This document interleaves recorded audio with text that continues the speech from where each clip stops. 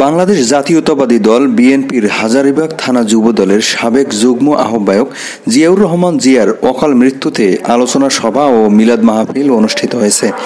22 November বিকেলে রাজধানীর Hazaribagh model ক্লাবে এ অনুষ্ঠানের আয়োজন করা হয়।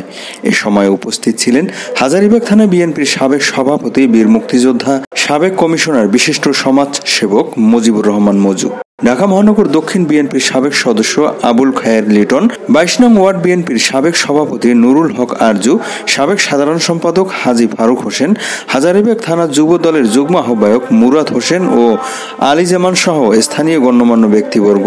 এ সময় বক্তারা জিয়াউর রহমান জিয়ার হত্যাকারীদের বিচারের দাবি করেন। সবশেষে মরহুমের রুহের মাগফিরাত কামনা করে দোয়া মোনাজাত ও তবারক বিতরণ করা হয়। এখানে দুষ্কৃতিকারীরা করছে, তাদের অবশ্যই শাস্তি হবে। আল্লাহ জিয়াকে জান্নাতবাসী করুন, তার শোক সমবেত পরিবারকে এই কষ্ট ভোলার তৌফিক দান করুন। আমাদের হাজারীবাগেরই আয় আল্লাহ কৃতি সন্তান ভাগলপুরের নিবাসী আল্লাহ জিয়াউর রহমান জিয়া ইন্তেকাল করে আপনাদেরকে সারা দিয়ে কবরবাসী মেহেরবানি করে আপনি তাকে মাফ করে দেন।